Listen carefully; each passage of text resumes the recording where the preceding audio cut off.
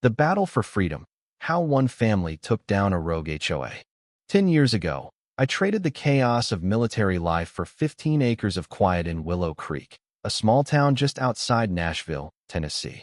My wife, Sarah, our son, Ethan, and I wanted open skies, the hum of crickets, and freedom from nosy neighbors dictating the height of our grass.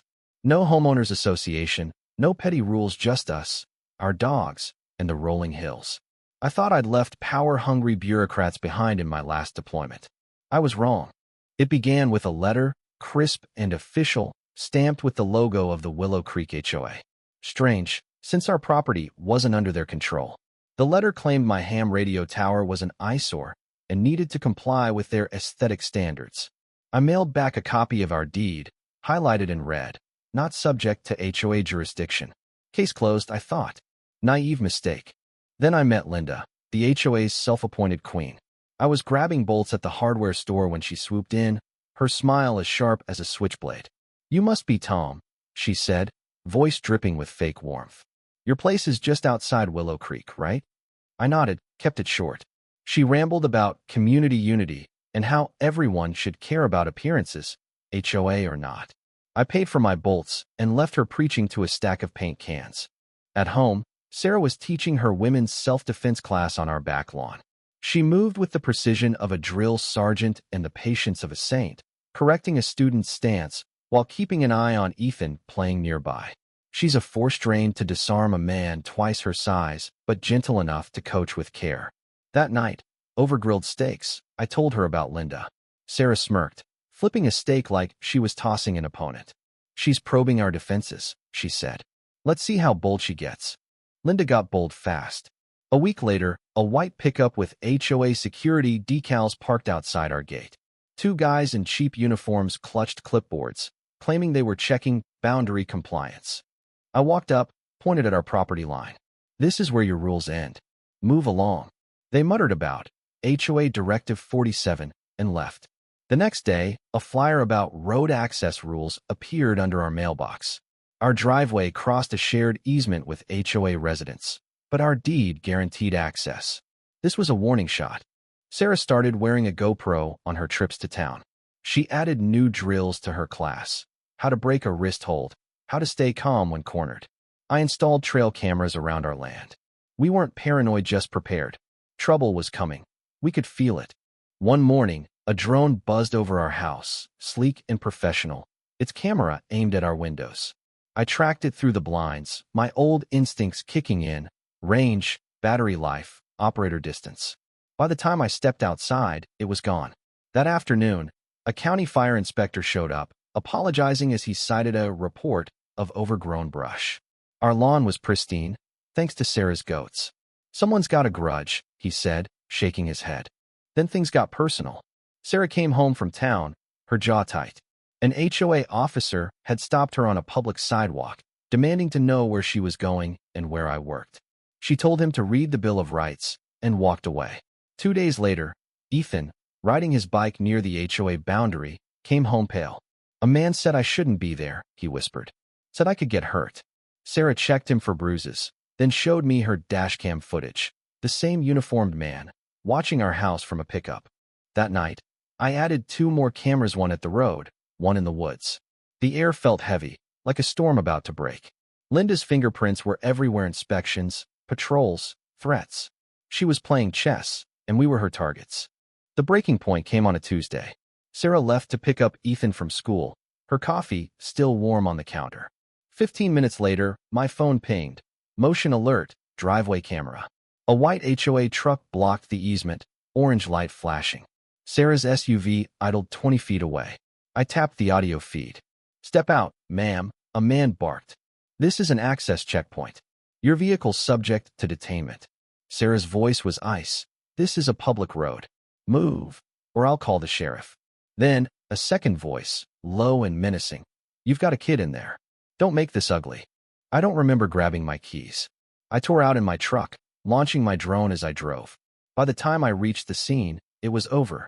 One officer was on the ground, clutching a broken arm. The other was face down, Sarah's knee pinning him, his wrist twisted in a textbook hold. Ethan stood by the car, wide-eyed but safe. Sarah looked up, voice steady. We're fine. They grabbed me. It's recorded.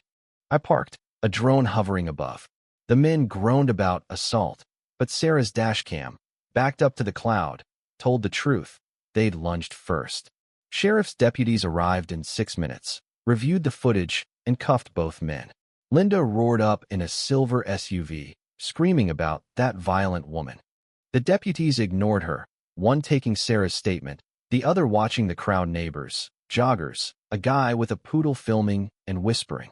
I faced Linda. You pushed too far. She spat something about lawsuits, but her voice cracked. The crowd wasn't with her. Sarah knelt by Ethan, brushing his hair, her hands soft again. 20 seconds. That's all it took to dismantle Linda's fake empire. The video went viral by morning, posted on Reddit with the title, HOA tries to trap mom, regrets it. 1 million views by noon. Comments ranged from marry that woman to burn all HOAs. Linda didn't back down. She gave a teary interview to a local news station, calling Sarah a menace and her volunteers victims. Then came the inspections, zoning, sanitation, even a claim that our goats were illegal livestock. Sarah laughed, but her eyes were tired. When one of Sarah's students, a nurse named Emily, was followed home by a mystery SUV, we knew Linda's game wasn't over. I called an old Army friend, Mike, now a private investigator. He dug up HOA memos about Operation Control, target us, isolate our allies, smear our names. That was it. We hired Claire Thompson, a former federal prosecutor who didn't smile but loved to fight. This isn't harassment, she said, flipping through our evidence. It's racketeering. The dam broke when Mark, an HOA board member, showed up at our door, sweating and clutching a folder. I can't let her win, he stammered. Inside were emails, ledgers, and notes proving Linda funneled HOA funds to a fake security firm run by her cousin. Mark downed a whiskey and spilled everything. Linda called us enemies of the lifestyle and planned to contain us. Claire filed a civil suit. Harassment, defamation, illegal surveillance, and conspiracy. The courtroom was packed locals, reporters, even HOA victims from out of state. Claire's opening was brutal, a timeline of Linda's crimes projected for all to see. Drone footage, dashcam audio, texts ordering her goons to make the kids see. The jury gasped. Mark testified, shaking, about Linda's obsession with control. Emily described the SUV tailing her. Sarah took the stand, locking eyes with Linda. I felt like the only adult there, she said, describing the roadblock. Linda scoffed. Mistake. Claire's final blow, a text from Linda's phone. Scare the boy, it'll break them. The room froze.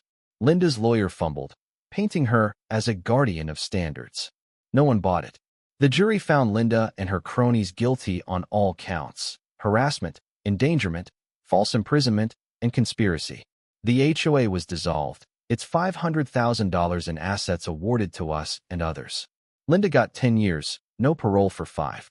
Her officers got 7 and 4 years. The judge, who'd once fought an HOA over a birdhouse, smirked at Linda. You're done, Miss Harper. We walked out to flashing cameras, Sarah squeezing my hand. It's over, she whispered. But Linda's final glare through the courthouse doors said otherwise. 6 months later, our gate bore a new sign. Welcome to Freedom Lane. No HOAs allowed. Ethan added, in marker, keep Linda leashed. Sarah's self-defense classes tripled, with women driving from across Tennessee to train. I started a podcast, Liberty Line, with Mike, dissecting HOA horrors and property rights. It hit sponsors by episode 4. Linda didn't quit. From prison, she filed complaints about our illegal porch lights. A county clerk traced them to a library near the women's correctional facility. Linda's lawyer caved, admitting she'd used proxies. Her sentence grew by 2 years, and she was moved to a stricter prison with no media access. Ethan asked if she was in timeout forever. Close enough, I said. That night, Sarah stood on our porch, wine in hand, watching her students leave. I slipped an arm around her. Think we're done? She asked. I grinned. Just warming up. Our drone, flown by Ethan, swept past the sign, its camera catching the words glowing in the dusk. No HOAs allowed. What do you think? Was Sarah justified in using force to protect her son? How far would you go to defend your family against injustice? Share your thoughts in the comments. We'll want to hear your take on violence, fairness, and standing up to bullies. Let's get this conversation going.